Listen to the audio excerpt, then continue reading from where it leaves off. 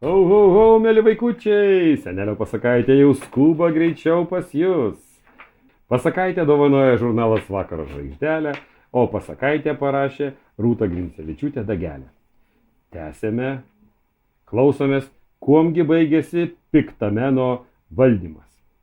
Nuo tos dienos nori užklupo nerimo ir liūdėsio dienos.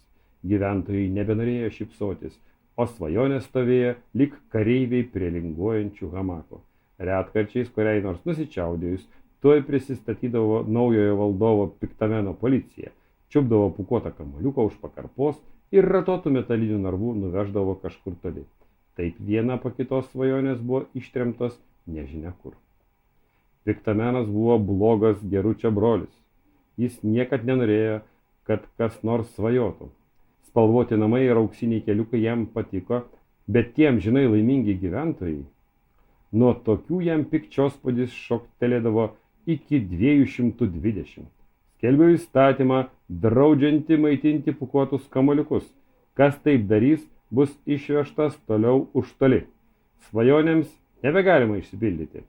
Žinoma, piktamenas nesuprato, kad miesto gatvės tampa nebe tokios spalvotos.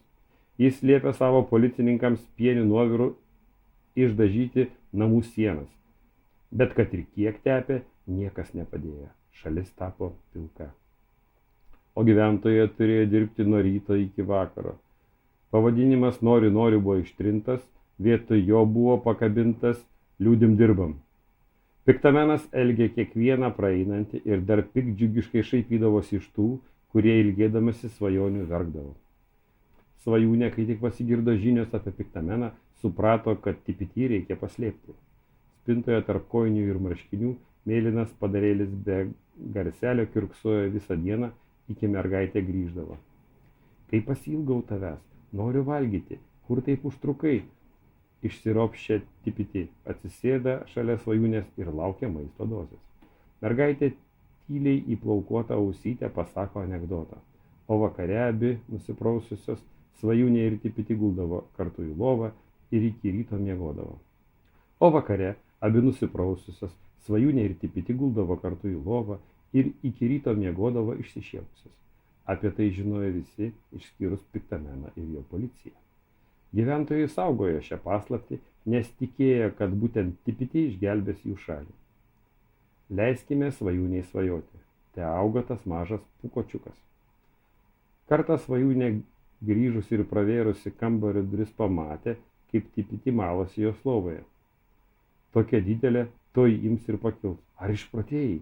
Ar išprotėjai? O kas jie ateis policija? Staigiai uždarė duris mergaitė. Nebetelpu į spintą, aš jau per didelė. Aš pasiilgau tavęs. Kur mano apsikabinimas? Metas tipitį paslėpti kur nors miške. Antraip piktamenas sužinos ir bus galas, nusprendė svajūnė. Ji paėmė storą siūlą, pririšo prie tipitį kojytės ir vos sugebėjo išstumti šią pro duris. Apsimesk, kad esi balionas, nekalbėk, nekvėpuok. Oi, kvėpuok, bet tik neišsiduok. Mergaitė su tipitį žingsniavo miesto gatve, kaukšėdama batais į pilką grindinį. Tik staiga svajūnė išgirdo greitų žingsnių artėjančius du policininkus. Kas čia?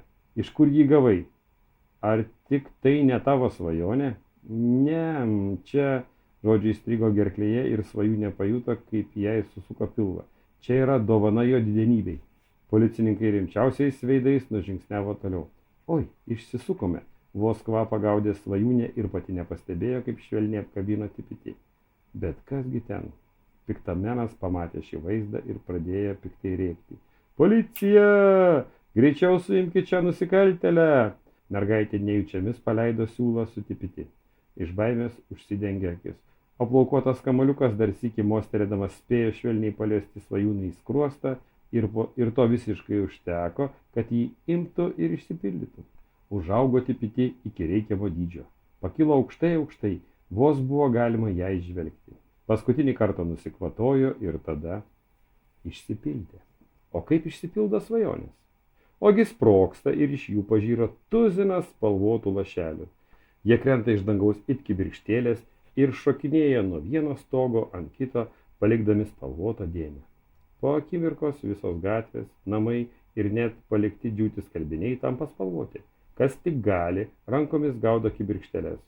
Jomis puošiasi veidus, drabužius ir taip grįžta džiugesys. Svajūnė lėtai atitraukia delnus nuo akių. Ji ieško, kur dėti piti. O piktamenas negali patikėti. Spalvotas miestas jam atrodo be galo mielas, tačiau tai nesuminkština kartėlio pilno širdies. Bet čia pat vienas spalvotas lašelis nukrenta tiesiai jam ant nosies. Tada dar vienas ir dar, visų nuostabai, piktameno širdyje įvyko sumo grumtynės. Didelis šlikštus kartėlis buvo nublokštas į užribį ir jo vieton stojo spalvotas džiugesys. Piktameno veide atsirado tokio didumo šypsena, kaip Gedimino pilis. Tai pirmoji svajūnės svajonė, kuri išsipildė. Jai dėl to liūdna ir kartu gera. Nebėra tipiti. Graudu, tačiau kažkur tarp medžių ji išgirdo tylų juoką. Labas, aš tipiti pusseserė. Šalia hamako stovėjo bananų spalvos pūkuota svajonė. Koks bus mano vardas? Girdėjau, moki gerų anekdotų. Galima užkrimsti? Tuk-tuk. Tavo vardas bus Tuk-tuk. Mergaitė taip apsidžiaugė, klestelėjo į hamaką ir leidosi supama. Laikas sustojo, o dangus atrodė kaip ką tik gavęs saldainį. Šalis išgelbėta, svajonė vėl galima. Svajoti vėl galima. Nuo tos dienos visos svajonės buvo išlaisvintos ir grįžo pas savo šeimininkus. Net piktamenas, kuris dabar turėjo pasikeisti vardą į Gerumeną, gulėjo hamakė, leidosi supama savo pimpurį. O kaip jie rūpinasi, kad būtų matęs, kiek anekdotų atmintinai išmoko. Laimingi gyventojų veidai jam patiko ir jis šiaip ne taip visų prašomas pakeitė šalies pavadinimą į Svajonės pildosi. Tokia štai graži pasakaitė vaikučiai šiam vakarui, o senelis jums nuoširdžiai linki saldžių sapnų. Labanakt.